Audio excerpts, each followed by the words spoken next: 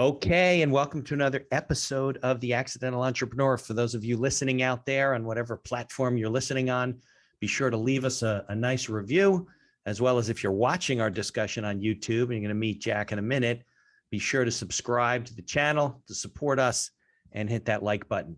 So I have a unique guest on today. We're going to talk a little bit about collectibles and some very interesting stuff. And Jack's going to explain some things to me in a bit. But Jack is a, what's the word, Jack? I know there's a word for coin for stamp collectors. So what's the word for coin collectors? I am a numismatist. So numismatics is the study of rare coins and money. So that's why it says you're a member of the Professional Numismatist Guild. Correct. And a life member of the American Numismatic Association. Correct. Very good. So we all learned a big vocabulary SAT word today. They are. When people used to ask me what I do, I used to say I'm a numismatist. And then after a while, I felt a little ostentatious having to explain that to everyone. Like I was trying to show off. So I usually just say I'm a coin dealer. I think if you told me you were a numismatist, I would think you're some sort of a magician. Right. Or maybe you think I'm like a doctor. People may think I'm. Yeah, exactly. Well, I appreciate coming on. I appreciate Andrea Pass for introducing us. And why don't you go back and we'll talk about your story and how you got into coin collecting. And I think it's as I was saying off the mic, an interesting discussion about people out there who have hobbies, especially if they're younger, that it could become a career for them, you know? Right. Well, first off, thanks for having me, Mitch. I appreciate you bringing me on. But yeah, I grew up as a kid in New Jersey, as you did. I grew up in North Jersey. Okay. And my grandfather had collected coins for his whole life. His grandfather actually was the one who got him into collecting coins. Okay. So ever since I was a little kid, I'd get coins from my grandfather for birthdays and Christmas and things. And I started the same way a lot of people started. I had these little albums. You know, when I was a kid, it was old pennies, but a lot of the newer generation started with state quarters with these albums. I remember when those were coming out. Right. And it's a great way to start because you don't need a lot of money. You can go through, as a kid, I'd go through my parents' change and I'd always look forward to holidays, getting coins from my grandfather. And we'd go over to my grandparents' house, me and my brother, and we had our little books. And my grandfather actually had like a bin of the old wheat pennies, pennies that had the wheat on the back. Yeah. And we would play bingo. And he would like go through and call out that, I have a 1941 D. Oh, I need that one for my book. So it was a lot, this fun kind of connection I had with my grandfather. And it was something that, I learned about history and I learned about supply and demand and about different countries. I'd always look for coins, if somebody got a coin in their change or traveled, like I was always looking for these foreign coins. And there's a lot as a kid you can learn about, from coins. So it was something that was a lot of fun and something I had this connection with my grandfather, and he had a connection with his grandfather, who I later found out, I don't know if my grandfather even realized this, but my great grandfather actually had advertised coins for sale and dealt coins in the 1880s. So like he was a dealer. Yeah. There's ads I found from like 1887 in the American Journal of Numismatics, which was a pretty new publication then. And there's probably only a couple dozen dealers in the country, but he was in New York City advertising coins for sale. If you watch, there's this new show that my wife and I got into called The Gilded Age on HBO. It takes place in New York City in the 1880s. People are like building their homes. Maybe your great grandfather will show up. Right. Like an ad they'll see something about coin collectors. This is right in that period of time. So I'll have to check that out. Right. That's pretty funny. But I think, I remember growing up, we would get those books, and I did it with my son too, because when the state quarters came out, we were older. Right. And, every time there was some change, he would be like, "Oh, Dad, which one do you, oh no, I already have that one. I'm looking for Hawaii. Did you find," and it's a fun hobby. I also did stamps when I was younger, but that was really because I guess my mom or my grandfather did it and like left it to me, but I never really got it. I just remember the book was lighter. Like the coin book was too heavy for me. So, but yeah, coin collecting is a cool thing. So, okay. So go on with the story. But yeah, and those state quarter books are great. I mean, you're learning about history, like, cause they put those out in order of when the states joined the union. Right. But yeah, so then I'd once I had little jobs, I'd ride my bike. I'd ride to Tenafly, Diversified Coin and Stamp, and Tenafly, and there was another one in Closter. Ride my little bike and buy coins. And I'm kind of one of these guys too. You find this with a lot of collectors. You kind of have this collecting bug or gene where, for a while it was more baseball cards for me for a little while, which my grandfather kind of frowned. It was like, oh, that's nice, but stick with the coins, kid, and it just became this lifelong thing. And after college, I didn't really think of it as something I could make a career, because at the time I still kind of, just saw these little coin stores with like one or two guys working there. I didn't realize that there was kind of more to it than this. Yeah, that's what was in my neighborhood. You would just, there's some guy and you figured he just buys and sells coins for paper. Right. And he's usually cranky because, everybody comes in and thinks their penny is worth $1 million and it's worth a penny, Right. Yeah. But after college, I did some other things. I worked with, Prudential with life insurance, and I worked at Equitable, AXA with 401k plans. I think it's actually Equitable again. Is it Equitable again? And they changed back. I think the French company spun them off and it became, and it's funny. People were like telling me, because I grew up in the insurance business too. My father was in the business. Okay. And people were like, oh, there's this, they changed their name to this new company, Equitable. I go, it's not a new company. A new company that's like 100 and something years old. Right. Exactly. Right. But but I was doing these things and it wasn't anything I had a passion for. I was bored. It was just a job, and I started thinking like, what can I do that I can enjoy? And you were still collecting at that point, just like off and on. I mean, in high school and college, and this is a pretty common trajectory. A lot of people, they collect as a kid, and then you kind of get busy with high school sports and life and your studies and things. And I'm a music geek too, so I played in bands for a little, and I just guess that I didn't have the resume to be a rock star, as much as I wanted to, but you have other interests. But it always was something that I enjoyed doing, and I looked forward to getting those things from my grandfather on holidays and things, and talking to him about it. And I thought, maybe I can do this. Maybe I can turn this hobby into a career. And I started kind of getting a little more serious about it. My wife would laugh at me. Like, I'd come home from work and I'd be reading like coin magazines and coin books, and I'd be laughing. She's like, what are you laughing at? I'm like, oh, this funny coin story. And she's like, you're a geek. Well, what did she think, Jack? You were going to go out and buy a little shop and have your case there, and people walk in and they with their little monocle and look at I'm not sure what she thought. I'm not sure what I thought. I kind of started, I started trying to do it a little more kind of on the side. And I had a friend who knew someone who had a collection that they wanted to sell. So I did this little deal where I took the coins on consignment and I went to a coin show and I sold them. And that kind of got me a little bit started. I started learning a little more about, it's easy as a collector to be buying, but then, selling it is a whole nother animal, so I kind of started with that. I put together like a little price list and little descriptions. And that kind of was enough for me to get my foot in the door at Stax, which is Stax is America's the auction house in New York, right? Yeah, they're America's oldest, auction house coin company. They're a family business started in the 30s. They've been there forever.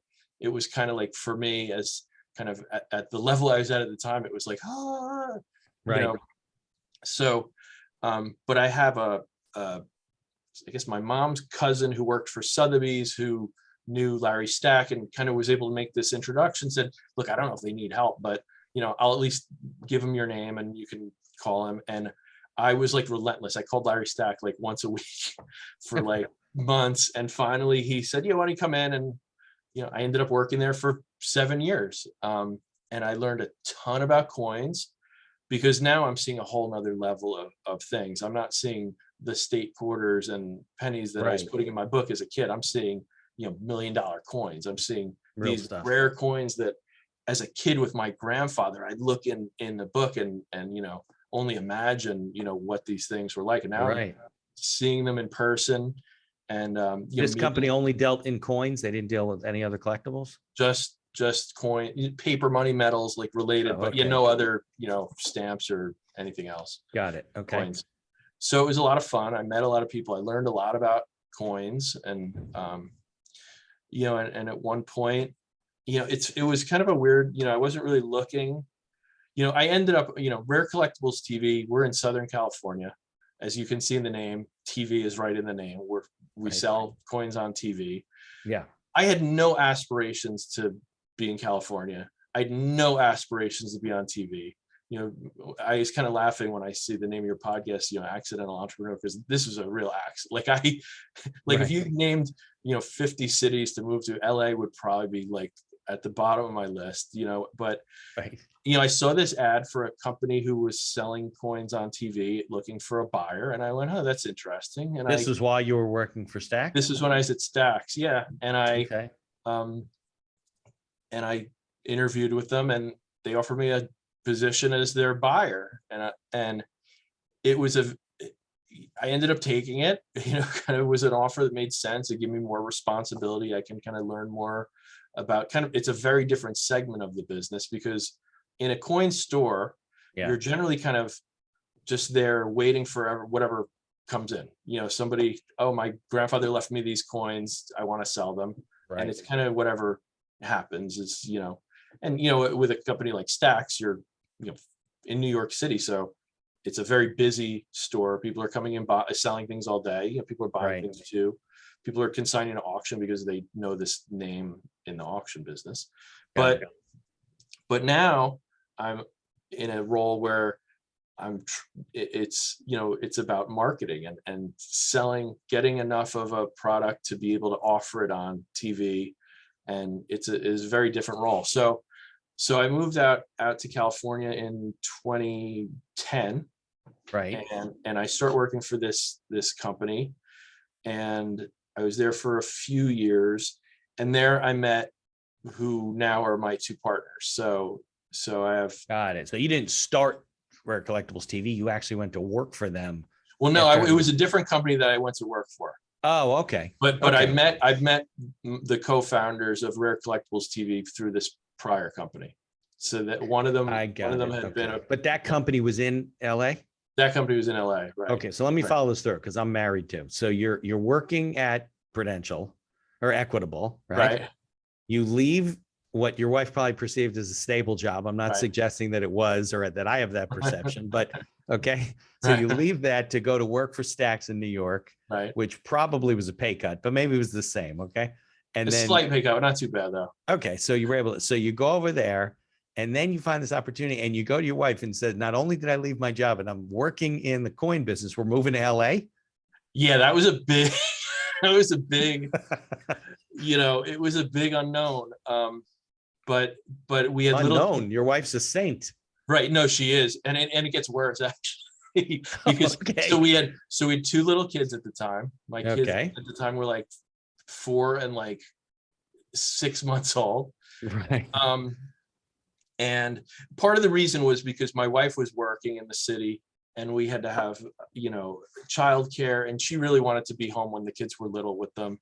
And this move to LA would afford her the ability to stay home with the kids. So that was part of the decision. But when I first came out, I actually was commuting back and forth for 6 months. So she's home with 2 little kids, and it was the one winter where we had like 4 blizzards. So every back time, and forth, coast to coast. Yeah. So I'm coming to California, and she's home with 2 little kids, and it happened to be the one year where we got like 18 inches of snow like every 3 weeks. Yeah, I think it always like happened. Late 90s or so. We got like 17 major storms, right? This was in 2010, the winter of 2010. Oh, okay. Well, there was a time before that was even worse, but yeah, we had a lot of storms those years. Yeah. So she's stuck at home like with 18 inches of snow, and I'm always out here like, yeah, it's 72 degrees today. She's in a blizzard with. Oh, I see. For 6 months, she stayed in New Jersey. Yeah, you're out there. Yeah. Oh man, you couldn't have been. You're in the doghouse like every. Yeah. So, but eventually we moved out then in 2011. And then, so in 2014, we founded Rare Collectibles TV. So I was out here a few years first, then we started Rare Collectibles TV. So, and it was. Did you meet these guys? Did you meet them through the job you had? Met them through the other job, right? So the first job. So it was a perfect fit though, because my one partner, his background is media and marketing. Okay. Then there's me, who my background is mainly in buying coins. And then my other partner, who also buys coins, but he, had kind of made a name for himself. He had written several books. His name's Rick Tamaska. So when you see our show on TV, you might see Rick's US Coin Show. So Rick is a pretty well-known numismatist. He had written books on Franklin halves and Kennedy halves and proof coins and things. So, we're both, coin experts, but he's, a little older than me and had been around for a while, kind of writing books. And he had been kind of a guest host on the show on the prior company that I worked for. So that I was met a TV company too. Right.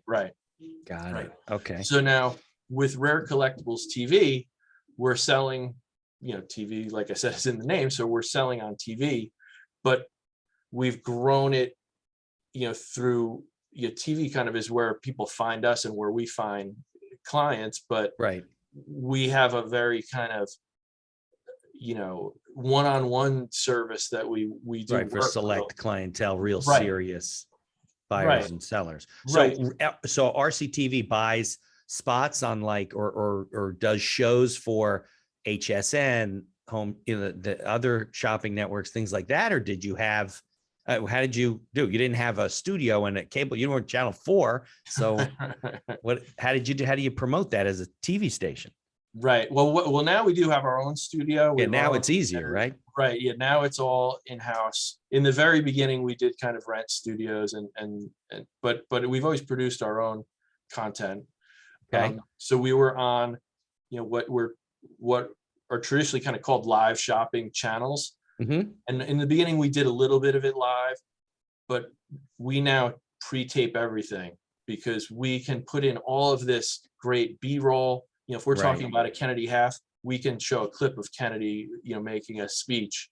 We can show, the minting process. We can show all this great information. So it's much more polished than it was. Right. It's much more polished, much more informative because look, I'm trying to share my love of collecting with people. And, if they just see me talking about it, well, that's great. But, we try and make it much more informative, much more like visual. Right. It's more like the History Channel. So as much as we're selling things, we're trying to, offer in a way that's educational. People learn about these coins. It's not like just some infomercial guy trying to jam some product down here. So buy my mom. Right. Of course. It's hey, this coin this is why I think it's cool. This coin was, there's history to it. There's rarity. We talk about a lot of the coins, we sell gold coins that are from the early 20th century. There's a period that we call the Renaissance of American coinage. So in the early 20th century, Theodore Roosevelt became president. He thought our coins were ugly. He was a guy who was into art. He collected coins, but he was into art besides his famous, love of nature and the national parks and everything. Right. And he thought our coins were ugly. So he actually wrote a letter to the Secretary of Treasury. And we show this letter a lot and we read the letter. And he writes this letter and says, our current coinage is of hideous atrociousness. And it's a great story and it's interesting. And then, we're showing the letter and we're showing these coins. And he worked with Augustus St. Gaudens and he worked with all these people who were famous artists of the day, not in the coin world, but just artists. I mean, you go to the Met, you'll see St. Gaudens, statues that he did. And there's a national park where his, studio was up in Vermont. So Roosevelt went and got these artists who were the best artists of the day to create these coins. So it's stories like this that. So that's the coins we have today, or not really? No, but a lot of those designs that we're using have been repurposed. Like the Mint makes gold coins today that are called a Gold Eagle, but they use the same design that was used on the $20 gold piece back then. So some of these designs are so popular that they kind of reuse them on new coins. But I guess my point is when we're telling these stories, instead of me just kind of like standing there and you're watching me and, whatever, I don't think I'm the ugliest guy in the world, but I don't think anybody wants to sit here staring at me all day long. But, we can show this letter, we can show footage of, pictures of Roosevelt. We can, and it makes it, more like a documentary that you're watching. Right, sure. Well, ironically, that's probably a better sales technique anyway, because I think especially nowadays, the infomercial, shoving it down people's throat, being a smooth salesperson, whatever, people just see through it. And I think that if they're educated and they get more interested in it, I just think it's a more sticky relationship. They're more likely to remember it, or they see it another place and they're like, wait, I saw that coin and they remember stuff. So I think it's probably better sales technique anyway. Right. And for me, I'm not a natural sales guy. Like, I'm a guy who loves coins. So for me, it's more natural too. It's, I'm not a hard sale guy. Like, that's just not who I am. I always tell people, if you're not comfortable doing it that way, then it's not going to be effective. Right. Because you won't, you're not going to enjoy it. And it would come across, I think, people would see right through it in a second. Through you. Yeah. Right through you. So that's kind of what we do. So we're on these live shopping channels. So you provide them the content and then they air the show because it's all done, and then they can call the operators and order whatever. You're not taking calls, obviously. I'm not personally, but they're, again, it's all self-contained. So we have our own, call center here. We have a studio here where they're editing, where we're filming, where they're editing. We have an incredible photography team. Our photographers, I think, are the best. And the world is changing though. Like, I mean, we're on the live TV. We're also on infomercials. Like, you'll see our programming on, most weekends we're on CNBC, we're on Bloomberg, we're on Fox Business. Sure. And those are different in those are kind of blocks that are, we might be on for an hour or something, where these other blocks on DirecTV, Dish, Time Warner, kind of all the different cable providers, TV providers, we might be on for, 4 hours a night, where, it's not all one program. It'll be a half hour I'm talking about this $20 gold coin, a half hour I'm talking about a silver eagle, or Rick actually, or there's another guy, James too. One of us is on there talking. So it's not like a 4-hour show, but it's 4 hours of our content talking about different coins, because there's different, different budgets, different people like different things. And you're streaming through the site too? And it's streaming on the website. rarecollectiblestv.com. Right. And that's where the world is changing a lot too. Of course, TV, I mean, people are, cord cutting. TV is a different animal. When we started Rare Collectibles TV, it was mainly a front end business. It was mainly TV was our primary place we're selling. We didn't really do much on the back end. Now we have a sales team of 20 or 30 people that are then, helping these clients. They buy something on TV and then they say, you know what, I want to collect this series. Do you have other dates? Do you have other things? So we can, so we now have a group we call our private advisory coin team, which will probably change to our private advisory collectibles team soon. But, expand because, because, I mean, when we started the company, we named it Rare Collectibles TV. And even though, me and Rick were coin experts, the kind of bigger idea was at someday, if we can make this work in coins, we can kind of expand into other categories because, one, it grows the business, but two, I mean, a lot of collectors, most collectors I know, like I said, it's like a bug, it's like a gene, like you collect stuff.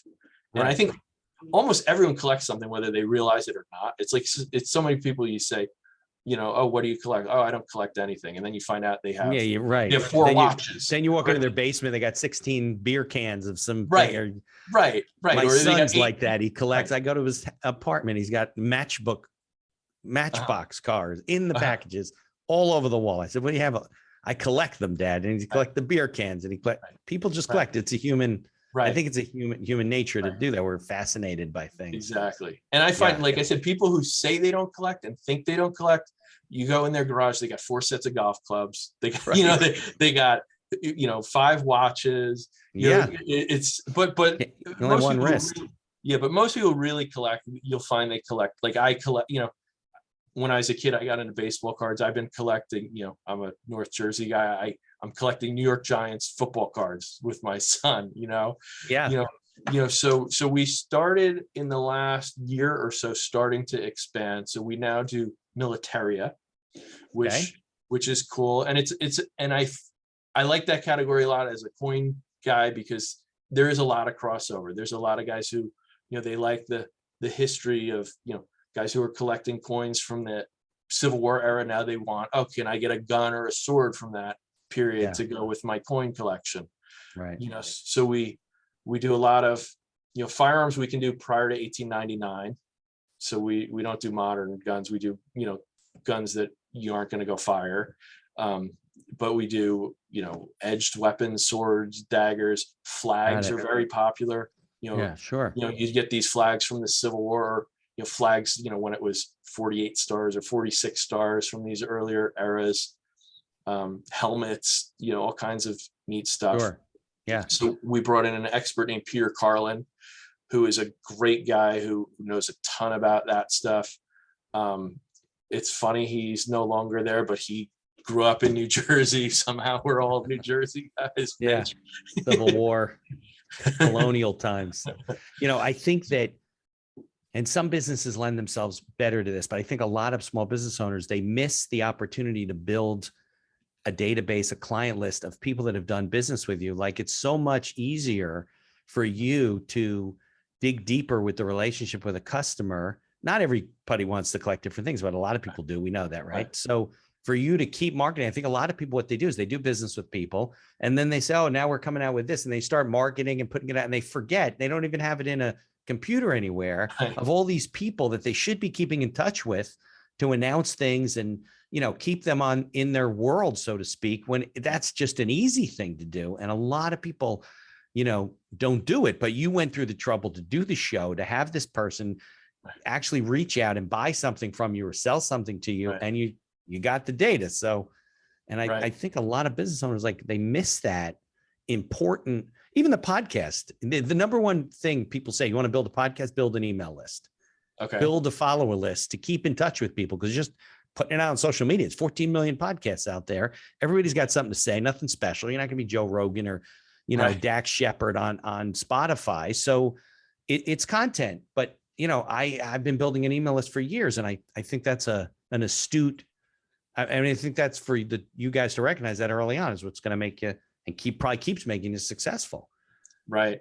And that's where kind of, you know, I got lucky to have this other partner who is from the media world and the marketing world, because, like, I'd be sitting here playing with coins, you know. So he's been a great mentor to me on the business side of things. You know, he's not a coin guy, but he, you know, he can talk, you know, he gets coins, like we talk coins. He knows what he's talking about. He's not an expert, but his expertise in that world, and you know, he's a guy who's built several businesses in the marketing world, so in the media world. So I learned a ton from him. You know, that's not my expertise, but I'm learning a lot from him. And, you know, like you said, it's, you know, content is king these days. So we're creating content, but like you said, along the way, we're, you know, building a you know, a book of clients who, well, because that's the whole point of the content, right? To get them in your funnels. You don't know when they're going to make a purchase or if or whatever. Got to get them in the world, right? Got to get them in the circle. Right. I'm sure your partner very much recognizes that. Right. And, you know, we really focus on the customer. You know, we really focus on our client. Like, you know, we have a 30-day, no questions asked, money back guarantee, but you don't know how many times I've, you know, somebody's, you know, later than that is called and there's some, I don't know, issue. Oh, I didn't open the box and it wasn't what I want. No problem. Like, you know, I want everybody who does business with Rare Collectibles TV to, you know, to just love it. And, you know, I just want it to be convenient, easy. You know, we're the kind of, you know, the Nordstrom or Tiffany or whatever of collectibles. We want it to be easy. We want you to love, you know, doing business with us. You know, we try. I would think though, returns, I mean, maybe I'm completely wrong. I would think returns would be rare. I mean, unless the guy doesn't open the box and he realizes that he thought he ordered a buffalo nickel and it's a wheat penny or something like that. You know, what are they going to do? Be disappointed with the coin? I mean, returns are pretty low, especially in our private advisory coin team. The people who are working one-on-one kind of know what they want. Right. And returns are pretty rare. Even on our, you know, what I'd call the front end of the business, people buying on TV, you know, it's pretty low. You know, usually it's just, you know, like a buyer's remorse, you know, oh, maybe I shouldn't have spent that much money, or my wife found out and got upset that I spent, you know, $3,000 on a coin or whatever. So usually it's something like that. And like I said, you know, coins, even though, so today coins are graded by third-party companies. So there's a few of them out there, but the two that are widely recognized are NGC and PCGS. So these are companies, they don't buy or sell coins. They just authenticate them and certify them and grade them. They put a rating on them, and they put don't them price them. They don't price them. Well, they do have price guides online, but their main thing is just, this coin is in mint state 65 condition, and it's a real coin. Before that, when so they're grading like not the issue of the coin, the actual coin. Actual coin. I wish I had one here on my desk. What did I have? Sorry, I'm off. No, that's good. That's bad. I like. Let's do it now. I like doing it. Perfect. As we go. Right. I actually have something in my drawer. So here's an example of a coin that was. Oh, it's because of your background. Put it in front of your face. There you go. Yeah. There we go. Okay. Perfect. So this coin was certified by NGC, which is one of the grading companies, and it's in a tamper-proof holder, so nobody can switch the coin. Right. So in the old days, when I was a kid, coins were today we call it raw, but not certified like this. And I might look at a coin and say this coin is uncirculated condition, and you might look at the coin and say I would call that about uncirculated condition. And well, in one grade it might be a $500 coin, another grade might be a $300 coin. So there was no kind of consistency. Even people who were honest might have a differing opinion. And of course, as you'd imagine, this could lead to people not being so honest, and they clean coins or easy to fraud. Right. Easy to, yeah. So most of the coins we sell are certified by one of these two companies who put it in this holder, which is then tamper proof. You have to break it to the holder to get the coin out. So they put in the little tag, which is like a certificate of authenticity. Exactly. And then they seal it up and everything. Exactly. And where I was going with this though is even two coins that have the exact same grade, there still is some subjectivity to this. This is still humans who grade these coins, and they're looking at different things. So they're looking at how many marks there are on a coin, but they also are looking at kind of how the coin was made, the strike, meaning when they strike a coin, there's these two dies that come together, and it's a press, like a printing press almost, strikes the coin. Some coins, even a new coin, it wasn't struck with enough pressure, or the way the design has these kind of high points on either side where you don't get all the detail. So it might still be lacking some detail. Or the luster, which is the way the light reflects off it. You can have something that's lackluster. It's not super reflective, even though it's new, versus one that's more reflective. So you can have two coins in the same grade.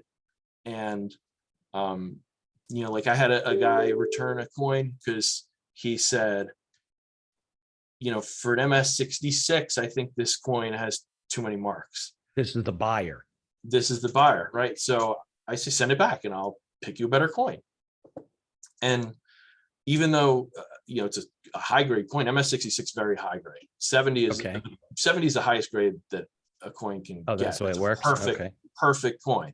So for modern recent issues, you can have perfect 70 coins. For older coins before the 70s, say, there's no such thing as a coin graded a perfect grade. Because it's just, Now you get, so if somebody comes in and sells coins or a whole mess of coins, you then send them out to this company and then they authenticate and put them in the containers. Is that right?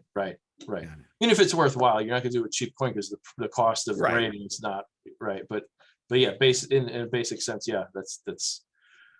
But like I said, there's still subjectivity. So I had a guy return a coin because he says, "Oh, as a mark, I don't like it." But there's still all these components. He sent this coin back, and I had like 6 other coins. I said, man, that's the coin I would have picked for myself. That one's beautiful because it had this really flashy luster. The one that he was sending back? But he's looking at a mark kind of in the middle of the body on, Miss Liberty. But, I picked a different one that wasn't as flashy luster-wise, but it had less marks. And he loved the coin. Got it. So even though, there's these grading standards that really make it a lot more, kind of lets you sleep at night. If you don't have to take my word that the coin is this grade. There's this third party that's authenticated. It's real. it's this grade. There still Right. is a little subjectivity. So sometimes we get returns, and it's not even returns, exchanges for a reason like that. Because I always tell somebody like, look, I think this coin is absolutely, you know, perfect for the grade. I have no problem with it. But I don't want you to ever have something where, you know, if there's this little spot or mark or something that's bothering you, I don't want you to be, every time you look at that coin, you think, oh man, I wish I didn't buy this. Like, I want you to Right. look at that coin and always be like, man, Jack McNamara and those guys at Rare Collectibles TV, like They're the best. they always will take care of me. And Right. you know, if I don't like something, they'll fix it. And you know, like I said, it doesn't happen often, but we really pride ourselves on just, you know, the best quality coins. I mean, even coins that grade, you know, MS63, like another example, I have coins, you know, certain coins, they come with kind of splotchy toning. So an old silver coin, I mean, like your silverware at home will tarnish on coins. Yeah. We call it toning. Sometimes you get really pretty blues and pinks, and coins will bring a fortune because people love that. You can't replicate it. Right. But sometimes you get toning that's brown and streaky and splotchy, but it still technically might be a high grade coin. You know, so we make sure we're not just sending you a coin that just because it reaches that grade level technically, we make sure we look at the coins and we're giving you coins that we think have what we call eye appeal. You know, coins that look really nice for that given grade. What can you tell me some stories about some crazy stuff you've seen over the years come through, whether it's at Stacks or Rare Collectibles? Yeah, we've had some really wild coins. So one coin that we placed with a client is called an ultra high relief St. Gaudens. So again, back to this era when Roosevelt tapped St. Gaudens to redesign our coins. They start with the biggest coin, which is the $20 gold piece called a double eagle. Got it. So there was a gold piece for $20 in those days. Right. And it's called a double eagle. People think there's two eagles, but it's because when the Mint first started making coins, the biggest coin was a $10 coin, and they nicknamed that coin the Eagle. So when they started making a $20 coin, they call it double eagle. Right. But so when Roosevelt gets St. Gaudens to redesign the coins, first off, St. Gaudens at first didn't want to do it because he had a bad experience with the Mint because he made a medal for them and they just redesigned the reverse of it without telling him. And he was like, I want nothing to do with the Mint. Like he was not happy. But Roosevelt, you know, convinced him, like they had this kind of vision for our coins. And they were inspired by, there was ancient coins that had what they call a high relief, meaning the design is really, really raised from the background of the coin. So they were trying to make these coins kind of really works of art.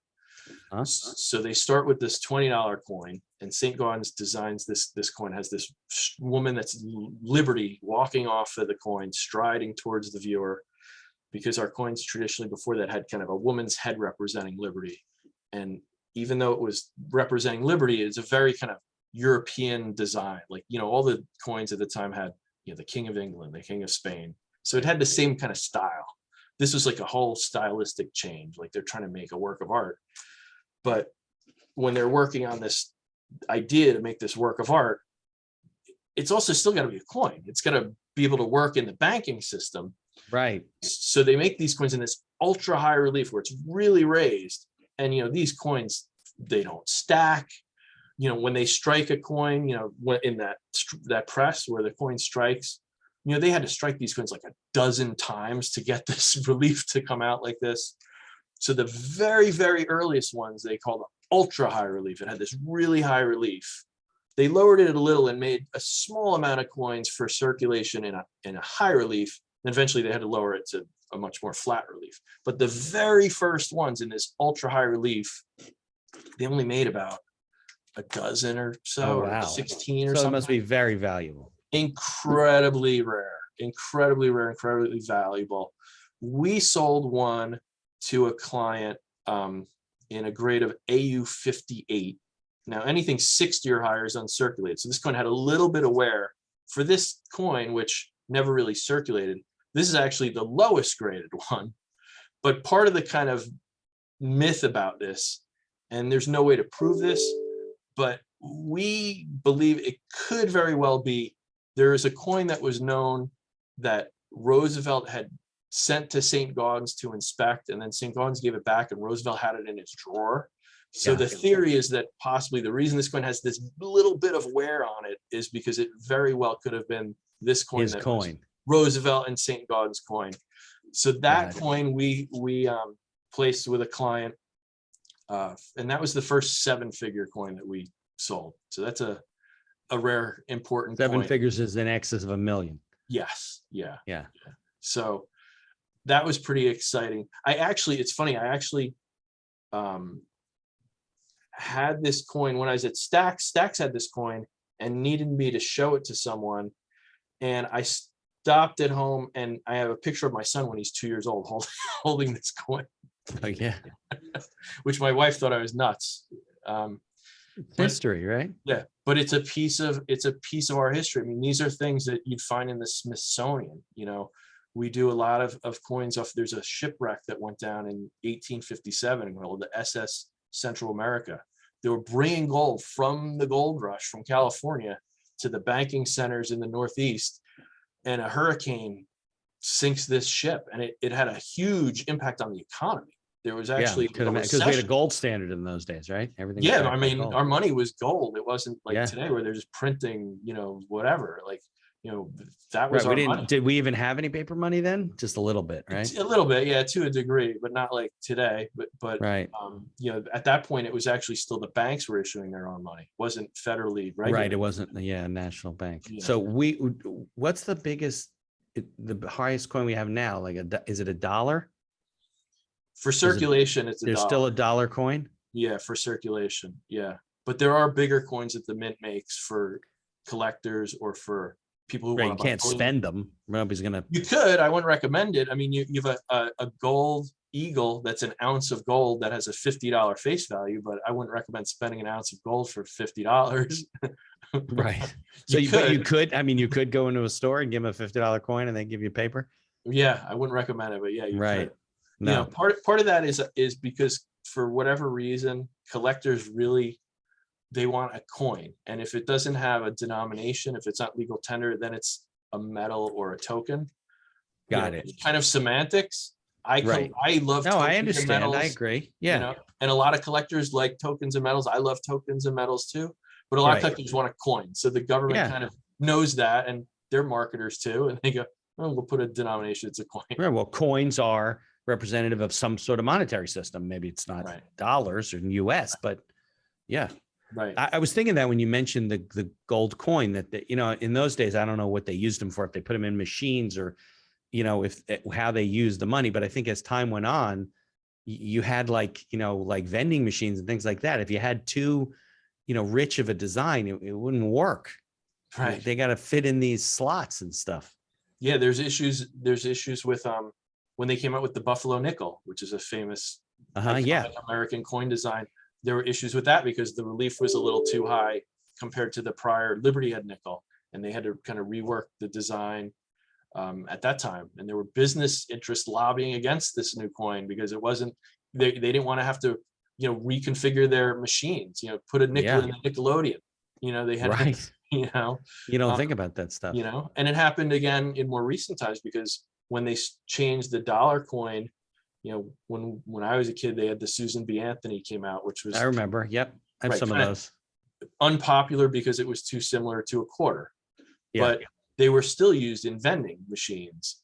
And then when they changed to the newer coins, the Sacagawea and the Native American dollars that are used now, and the presidential dollars that are used now, they're made of manganese, which is that gold color. They call it the golden dollar. Right. It makes it look gold. Right. It's a gold color, but it's manganese. But they had to. There was a long time before they switched to that new metal content because there were all this testing because they needed to work in vending. As much as we don't think about dollar coins very much, you don't really use them much in change.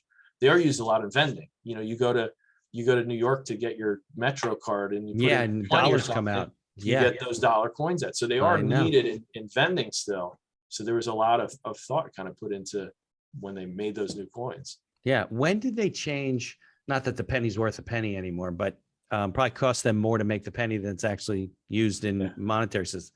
Why did they get rid of the wheat symbol and switch over to what's on the back? Lincoln Memorial. Is it the Lincoln Memorial? Oh, well, now it's changed again, but in 1959, they changed over to the Lincoln Memorial. That was the 50th year of the Lincoln Cent. And that was Got it. the 150th anniversary of Lincoln's birth. Because So they Lincoln made it a Lincoln was born in full- 1809, so that's why they started the penny in 1909. Oh, And okay. yeah, and then in 2009, they did a series where they had 4 different reverses representing the stages of Lincoln's life, and then from then on, they've changed it. If you look now, there's a shield on the reverse, Okay. which was I designed. don't think I have too many pennies anymore. I just, You don't even look at them. You know, I I mean, know. most people don't look at them. You know, doesn't it cost the mint more than a penny to make a penny? it does cost. Yeah, it That's costs more than- absurd. Why do we have a penny then? Just get rid of it. Every time they try and do it, people freak out. People You freak can't get out, rid of I know. that. I mean, Right. other countries don't do it, or like, you know, there's no paper dollars in most countries, or, you know, or euros, like they all go to use a coin. Right. It costs the government more than a penny to make a penny. It costs more than a nickel to make a nickel. They make money on the dimes and the quarters.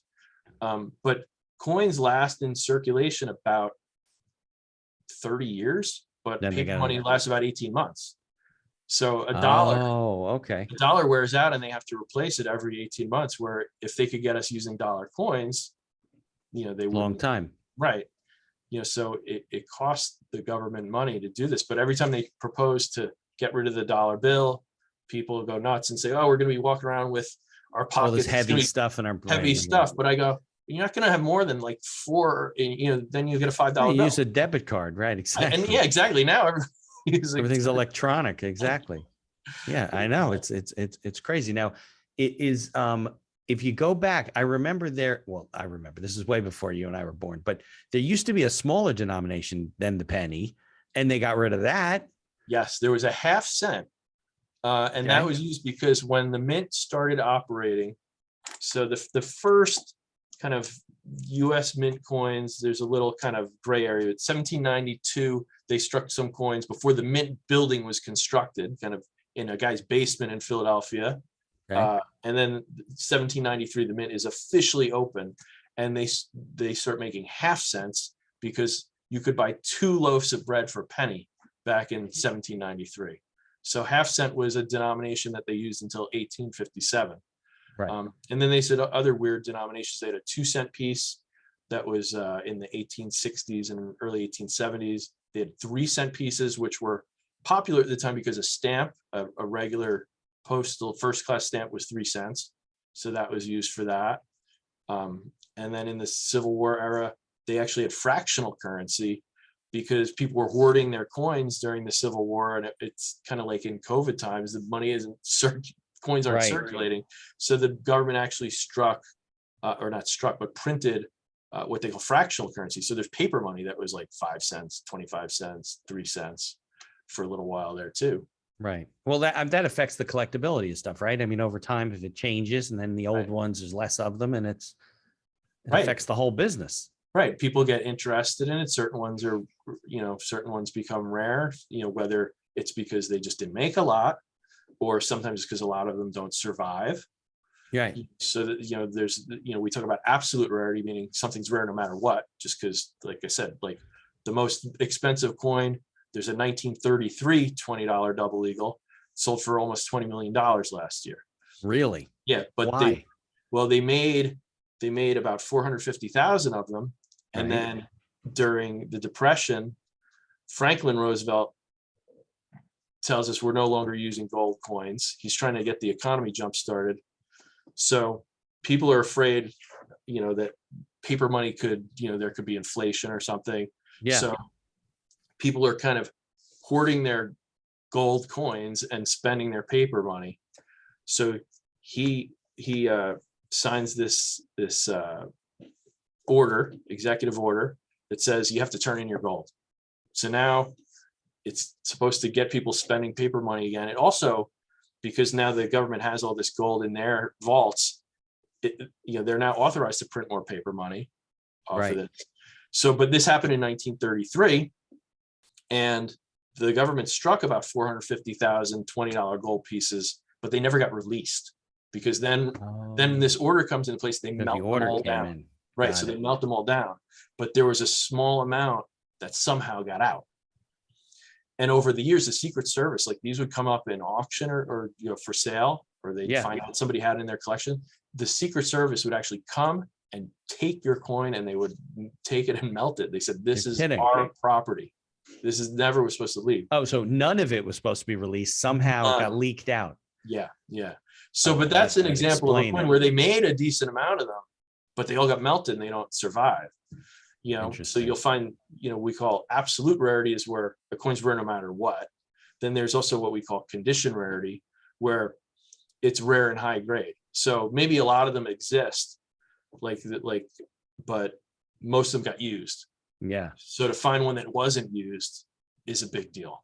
Now, is there a difference with the collector of somebody who collects like foreign currency and foreign coins versus American coins? It all mixed. I remember in the stamp in business, the stamp world, it used to be like you could get like a US stamp book and all these US stamps, or you could get a world book and they would have stuff from around the world. Is it the same kind of thing, or you don't see that as much? Yeah, no, you do. I mean, you know, we're based in the United States, so, most of our clients are collecting US. We deal in a little bit of world coins. You know, I think most people are interested in their own country, but you know, a lot of people like to collect foreign coins because of their design or because of their ancestry or because of the history. Right. I mean, one of the cool things about collecting coins or collecting anything is, I mean, you can collect as many ways as there are collectors, you know. Right. You can do collect whatever you want, right? You know, I like, you know, for myself, I try not to compete with my clients, you know, so I love these weird like Irish tokens, like that are like, you know, like a guy in Dublin in the 1840s advertising his hat shop, like, you know, on a coin. Yeah, I mean, you could spend it in his store, but you know, it's a privately issued, you know, it was like a gift coin from his store. Well, they would use these some businesses, and this happened in the Civil War because there was a lack of official money, so private issuers would issue coins. And you have to remember, coins originally, their purpose was they were trading at their metal content, even a copper coin. So paper money is more kind of like an IOU.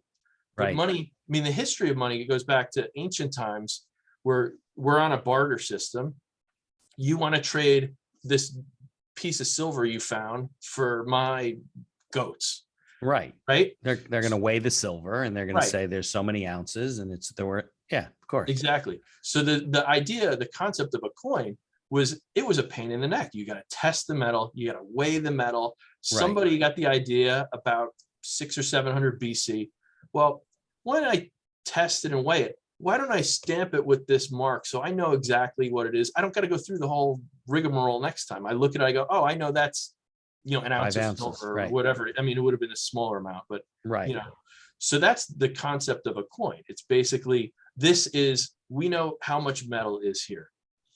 So even up to more recent times, you know, really up to, you know, 1933, we stopped using gold. In 1964, we stopped using silver. You know, you're trading really based on the amount of metal was there.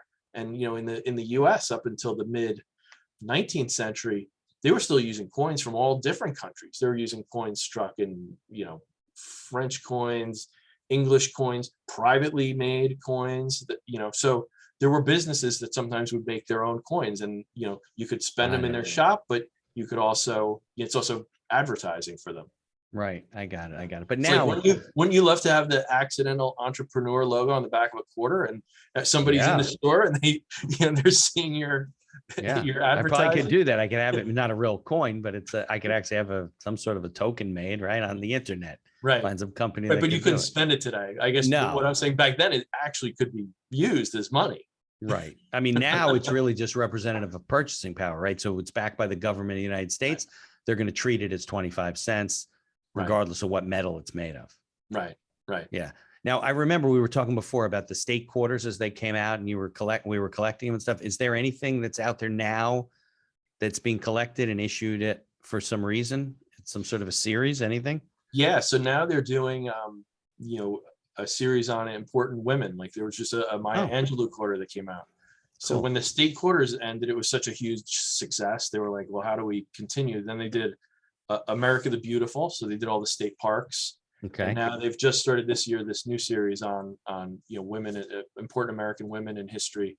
And like I said, the Maya Angelou one just came out. I forget who else is coming out this year, but that'll be an ongoing series for the next several years too. I'll keep my And again, it goes back to collecting. Kids learn about history. It's a great way for kids to learn about these important people. I think it's becoming harder, right? Because when I was collecting the state coins, you're spending money and you're getting change and whatever. I don't see change that often anymore. And my kids don't see it. They have a debit card and they use Venmo and they, Dad, certainly my kids at college forget about it. They don't see, and you don't see this stuff. I remember when the parks ones came out, how many parks were there? How many parks are there? 50. I think they did for every state. There's a park, some sort of a park in every state. Okay. Yeah. I definitely didn't see more than a half a dozen or a dozen of them because I don't see enough coins. I used to have this. Did you grow up when you used to have one of those big water bottles and you just throw the change in there and then you couldn't carry it and you realize what the hell did I do? And you got to get it out of there. I have a little jar in my bedroom. It takes a year and a half to fill up now. It used to fill up all the time. Now I can't find anywhere to count it, by the way, but there's machines I know at some of the supermarkets and stuff. During pandemic, I had all these coins and I was like, well, I'm going to get rid of these now. Every machine I went to either wasn't emptied because there was nobody working or it was full or it was out of order. Right. So that becomes more difficult. But yeah, I remember that I didn't see those because I just wasn't getting a coin. So I would think that for the kids, it's got to be tougher now for them to collect unless they specifically go to a store and say, I want 4 quarters, or go to a bank, and try and collect them. Right. Yeah. I mean, it's a little harder, I guess, but it's not too hard to start. I mean, people do get changed, like you said, to less of a degree, but it's out there if you spend cash. Yeah, if you do it right, if you're conscious of it. Another thing that, we did when I was a kid, when we're starting, we'd go to the bank and get rolls. If I'm trying to fill my quarter book, you get your mom to take you to the bank with like baseball card pack. You open it up and you see what you got. Right. You go through and if you found a silver one, it was like the jackpot, 1964 or earlier, the coin still had silver. There's silver. Or just looking for those state quarters, trying to fill those holes in the state quarter album. So I have an old Susan B. Anthony from like 1923. So that's silver. Well, that wouldn't be Susan B. Anthony. That'd be a peace dollar. But yeah, that's silver. If it's 1923, Susan B. Anthony's a little one from 1999. This was a big one. Yeah, that's the big one. That's a peace dollar. Oh, okay. Yeah. But yeah, that's silver. That's silver. Yeah. Okay. Yeah. So I got it somewhere in the house. My great grandfather gave it to me. Yeah. And everybody seems to have a few like coins that they got from a grandfather or an uncle or somebody. Yeah. Well, because it's like stamps, I guess. If you're not into stamps, you don't know. You don't throw out coins. It's money. Right. Exactly. I would assume that you could still spend that money as at its denomination if you wanted to. I mean, if the guy says, okay, gives you 25, if he's not an idiot, he then goes to your store and sells it for some real money, but its denomination is still acceptable. Yeah. The US is, I believe, well, maybe not the only, but the US is one of the few countries that has never demonetized any of our old coins or money. So you can spend, when the European countries went to the euro, you had a certain amount of time to turn in, I don't know, countries, French whatever, 20 franc or franc or something. Or else it's no good. Yeah. Now, like you have those old coins because people would come in when I worked in the store and they'd have coins from vacation and, they're like, well, what's this worth? And I'm like, well, it's basically by the pound. Like people would buy and sell it by the pound. And they're like, well, can't I go redeem it? I'm like, these coins aren't used anywhere anymore. Or the paper money is not used. If it's still used, you could go to an exchange bank. They'll exchange the paper money, but they don't want the coins. But the other coins, they're not even used anymore. US never did that. US, you can use anything. It's still, like I said, wouldn't recommend it. Some of them are worth more. And even coins that are not rare per se, they're still worth the silver. If you're, you have an old silver dollar from like 1923, like the one you have, if it's worn out, it might not have a lot of value as a collectible because they made a lot of them. And it probably, if it's worn out and not in super high grade, but at the very least, you've got, more than 3/4 of an ounce of silver there. So there's, so there's value there. Like, Yeah, exactly. No, it's not in good shape. It's worn. It's definitely worn, but I guess it's worth more than $1. So Much more than a dollar. yeah. And that's the thing. I'm such a nerd. I see these coins that I get excited about these $1 million things that should be in the Smithsonian, and like I've never imagined I'd see. But I get just as excited. I have friends like you that, and they have a cigar box or a baggie or something with these coins, and everybody wants it. What's it worth? And I'm right. Hey, Jack, Jack's coming over. Get out your I coin usually collection. have to kind of try and gently tell them it's not worth a ton. They're not going to retire, but I'm all excited about. I'm like, oh, look at this. This is from they made this More because of World War nostalgia. II. What's it Right. worth? 5 cents. Like, oh, Right. Right. But it's nostalgic, right? It's nostalgic, and it's the history of it, and like just imagining like who held this, and what was going on at the time. I don't know. I guess it just gets my imagination running a little bit. Definitely, definitely. Well, I appreciate you coming on, because I know it's probably the middle of the day there. It's 4:30 here, and talking to me and teaching people about, they should check out rarecollectiblestv.com. We'll put all your links in the show notes, and, learn about the world of coin collecting, your passion. And I appreciate you spending the time with me. Yep. Thank you so much for having me. Yeah. Coins and military and movie posters now too. So expanding into all kinds of collectibles. Sounds good. Check them out online. Great. Thanks, Mitch. Really appreciate it.